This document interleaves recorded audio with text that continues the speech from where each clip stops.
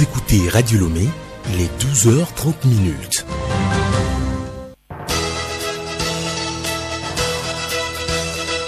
Le journal Bénédicte Kanda.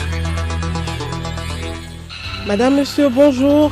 Aujourd'hui, 11 mai, les adeptes de Bob Marley célèbrent cette journée. Le sens de cette célébration à suivre dans un magazine de Gracia et Gomme Ama. Les enfants dits de rue, comment sont-ils arrivés là et quel danger encourent-ils? Geneviève Pognon est allée au cœur de ces interrogations. Suite de la série de dossiers consacrés à la Bibliothèque nationale, aujourd'hui nous abordons les documents qu'on peut trouver dans une bibliothèque. Dans l'invité de la rédaction, nous recevons Akanto Jean Bosco, promoteur d'une ferme agroécologique à Cantet. Il nous explique l'intérêt de cette initiative. Sport football, championnat national D1, l'attraction de la 6e journée oppose Dito de Lomé à l'ASK de Cara.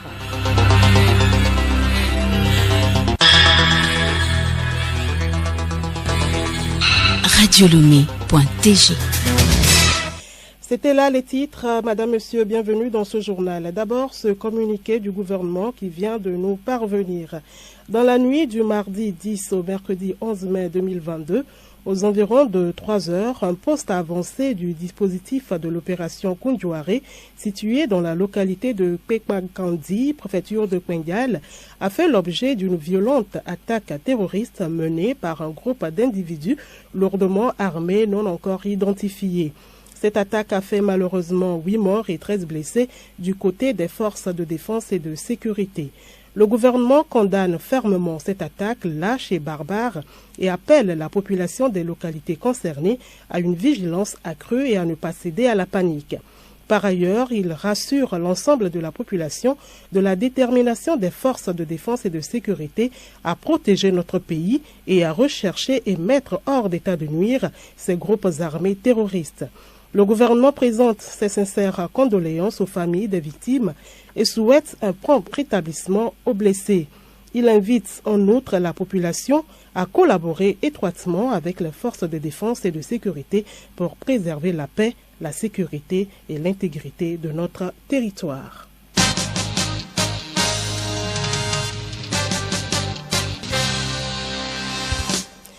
Ils sont nombreux au feu tricolore des carrefours. Ils faufilent entre voitures et motos pour demander des pièces d'argent aux usagers de la route chaque jour.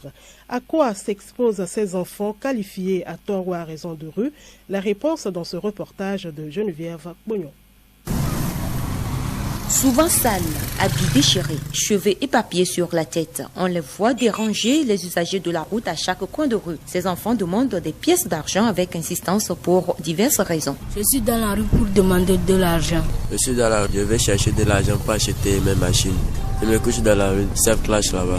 Ma mère est à Cara. Je suis à Lomé avec mon père et ma manâtre. Ma manâtre me frappe à la maison, c'est pour ça que je suis à la rue. Je cherche l'argent. Si j'ai faim, je mange. On peut nous donner 300, on peut nous donner 500 aussi. Chercher de quoi survivre, oui, mais c'est avec de nombreux risques. Marceline Agbessigalé, membre de la Commission nationale de réinsertion et d'accueil des enfants victimes de traite. C'est un phénomène que nous vivons qui de plus en plus devient récurrent. Les enfants courent d'énormes risques. Risque d'accident, risque de violence sexuelle, surtout pour les petites filles. Aujourd'hui où même les garçons sont victimes de pédophilie, avec tout ce que nous savons comme conséquence à la suite. Donc c'est tellement dangereux. Je laisse ma fille de 8 ans ou mon garçon de 7 ans qui parcourt les rues de Lomé, des quartiers, les feux tricolores, ce qui est très nuisible pour le développement harmonieux d'un enfant. La situation de ces enfants interpelle à plus d'un titre. Dans nos rues, dans nos quartiers, que ces enfants puissent être retirés et ceux qui sont déjà à risque puissent être protégés. Pour que les parents comprennent, si nous voulons avoir des enfants, il va falloir qu'aujourd'hui, nous ne privilégions pas la précarité de vie en famille pour les exposer à tout danger. Nos parents n'étaient pas autant nantis à l'époque, mais l'enfant c'était de l'or. L'enfant c'est une richesse. Et pour devenir un adulte, les parents ont cette lourde responsabilité de protéger leurs enfants. En effet, un enfant, c'est un bien précieux. Aucune situation de précarité ne peut justifier la présence des enfants dans les rues. Protégeons-les car ils sont la relève de demain, dit-on. Les travailleurs sociaux du ministère de l'Action sociale sont en formation à Lomé. Ils sont outillés pour avoir une bonne maîtrise des droits des personnes vulnérables. Juliette Kamdé.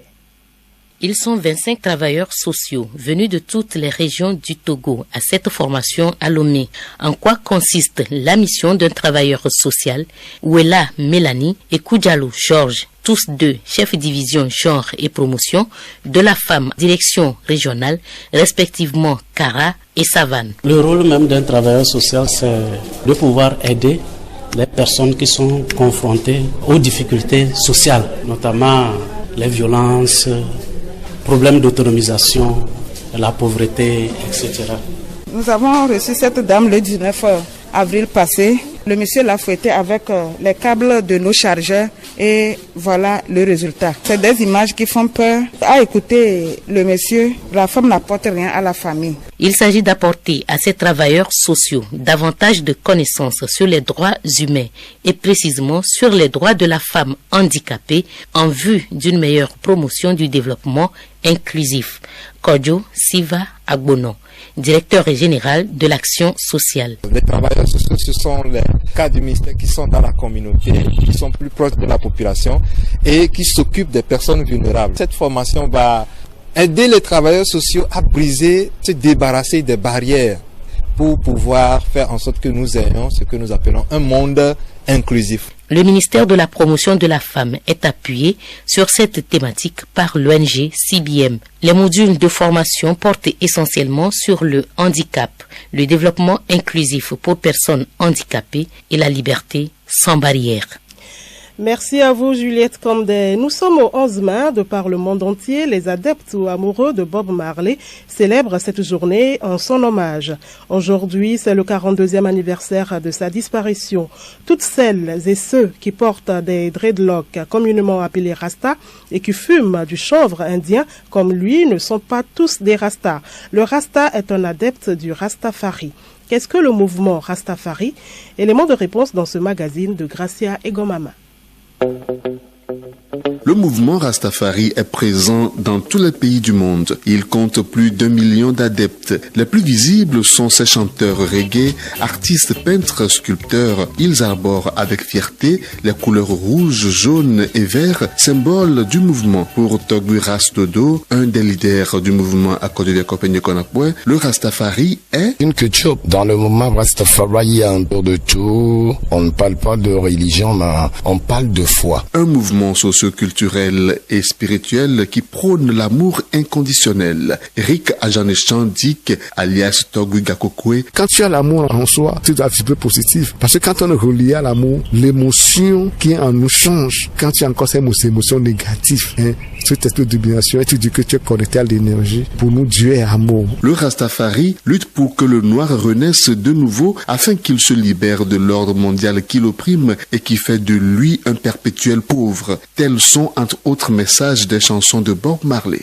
Et depuis que Bob a lancé le mot d'ordre, le cri de réellement One Love, la conscience humaine a tellement progressé qu'aujourd'hui, l'humain est arrivé au top de la conscience. Et la culture de l'amour a tellement progressé que chacun aujourd'hui choisit de bien se comporter envers l'autre. Qu'est-ce que Bob nous dit? Venir du roi David à travers la lignée du roi Salomon. Son impériale majesté est le pouvoir de l'autorité. Se développer, serait là. Le Rastafari considère l'homme noir comme étant le descendant légitime du roi David, Jésus-Christ comme un noir et Bob Marley le prophète des temps modernes. Le Rasta est un homme de foi. Nous avions la foi en Dieu, Jah Rastafari. Gracia Egomama, les Rastas ne fêtent pas le 11 mai la mort de leur prophète, mais méditent ses œuvres qui l'ont conduit à son décès à l'âge de 36 ans. Demain sera célébrée la journée mondiale des infirmiers. Plusieurs comportements leur sont reprochés, notamment le vol et le détournement des produits pharmaceutiques. Radio Lomé a posé la question au président de l'Association nationale des infirmiers et infirmières du Togo, Agé Kokou Sena. De ce côté-là, la responsabilité est partagée. Parce que quand vous analysez bien les choses, parfois, ce sont les accompagnants même qui poussent les agents de santé à leur vendre des médicaments. te dit non, est-ce que tu n'as pas ce médicament pour me vendre? Bon, ils insistent. D'autres même disent non, que ça peut se gérer rapidement à votre niveau là-bas. Donc c'est un problème auquel nous faisons face. Bon, je ne suis pas en train de protéger les soignants, mais qui entretient cela? Donc quand il y a la demande, vous voyez, il y a l'offre aussi. Éviter de tenter les soignants. Mais normalement, les soignants aussi doivent quand même garder leur position de ne pas se livrer à ces pratiques qui sont illégales. Puis en fin de compte, ce sont les soignants qu'on va accuser. La Bibliothèque nationale du Togo a pour vocation de répertorier et centraliser tous les documents écrits par les Togolais. Ceci permet de fluidifier la recherche et surtout un accès facile aux archives nationales. Dans ce numéro, le deuxième d'une série consacrée à cette institution, le directeur Romaric Atipate nous parle du contenu qu'on peut trouver au sein de la Bibliothèque nationale. Nous avons toute documentation qui entre en jeu dans l'épanouissement intellectuel de nos populations. Nous avons toutes les thématiques. Si nous prenons par exemple le domaine de la santé, on a une documentation qui est dédiée à ce domaine. Le côté législatif, il y a ce côté-là. Le côté scientifique, la recherche scientifique en termes médicaux, l'ingénierie, pourquoi pas les romans. Toute la documentation n'est pas vraiment disponible, mais c'est que tous les domaines sont touchés ou représentés à la Bibliothèque nationale. Nous avons à la fois la Bibliothèque nationale et les archives nationales. Et donc ça fait partie d'une même entité. C'est pourquoi on l'appelle Direction de la Bibliothèque et des Archives nationales. Ça a quand même pris toujours le nom de Bibliothèque nationale, mais il y a deux divisions nettement détachables. Ce sont des entités qui sont beaucoup plus croisées en termes d'activité. La bibliothèque gère quoi? C'est ce que nous tous on sait. On parle de documents. Ça peut être des romans, ça peut être des mémoires. Ces mêmes documents se retrouvent aussi aux archives.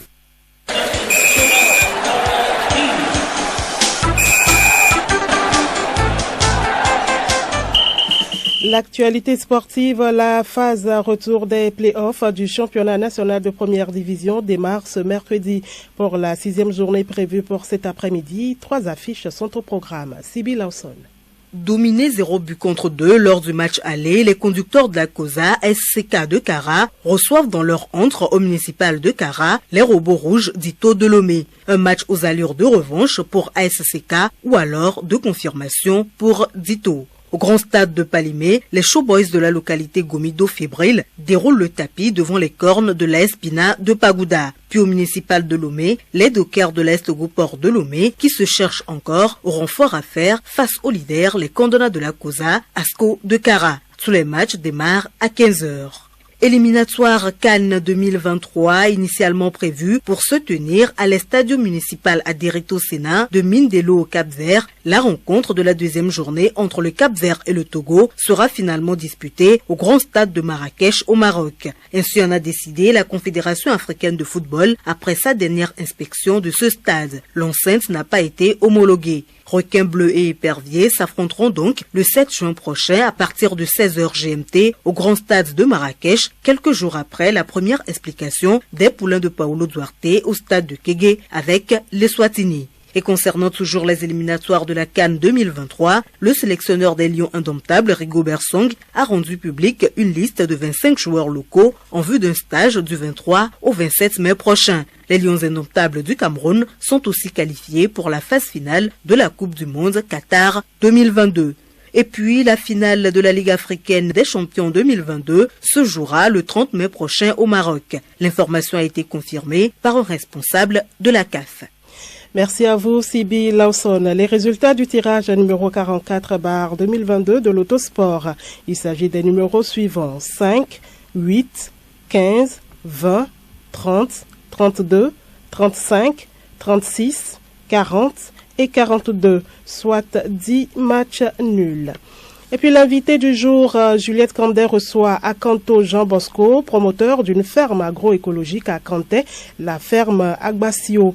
Elle s'étend sur une centaine d'hectares avec en son sein une forêt privée. L'entretien sur la création de cette forêt. Monsieur Akanto Jean Bosco, bonjour. Bonjour Madame Juliette. Racontez-nous un peu votre histoire, l'histoire de la forêt privée. Comment est-ce que l'idée est partie? L'idée de la forêt privée est née quand j'étais enfant. J'ai beaucoup profité des arbres pour mes études, pour me nourrir et pour faire plein de trucs par rapport à ma vie d'enfance. Tout le temps que j'étais au collège, je faisais des pépinières, j'ai greffé les arbres chez les gens, je faisais des sirops de confiture et toutes ces initiatives, je tirais toujours les bienfaits de la forêt. Je me suis dit, mais il serait très intéressant de créer carrément une forêt pour pouvoir profiter des sous-produits des arbres. Être entouré d'arbres, c'est une idée qui vous habite depuis tout jeune. Mais à quel moment l'aventure de la forêt privée a-t-elle démarré?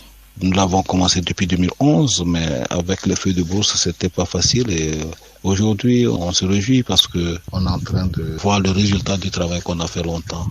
À vous écouter, Jean Bosco, vous tirez une énorme satisfaction, pour le moins émotionnelle, de votre ferme, de la ferme Agbasio. Bonne fraîcheur, un bon environnement attrayant, une verdure incomparable. Aujourd'hui, je suis en train d'enregistrer un bon nombre des oiseaux de différentes couleurs et des animaux un peu rares qui reviennent également dans la forêt parce que c'est calme et c'est surveillé et c'est bon pour eux à vivre. J'ai développé aussi une grande initiative par rapport à la transformation des sous-produits de la forêt, comme le beurre de karité que je fais des tonnes chaque année et la bourrade du néré, la graine de Nîmes que je fabrique aussi, l'huile en tourteau et plein de choses de la forêt. Satisfaction morale, mais également des revenus pécuniaires. Quelle est votre vision aujourd'hui? La vision principale, c'est d'amener des gens à comprendre que détruire l'arbre, c'est détruire carrément une forte richesse qu'on ne voit pas tout de suite.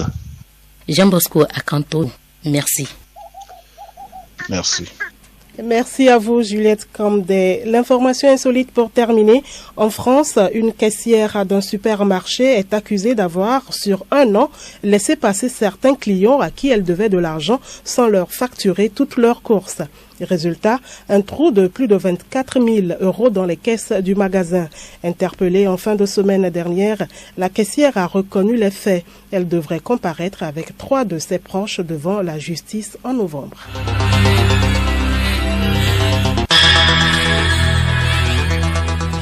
Madame, Monsieur, voilà, c'est la fin de ce journal. Merci de l'aimable attention. Restez avec nous pour la suite de nos programmes.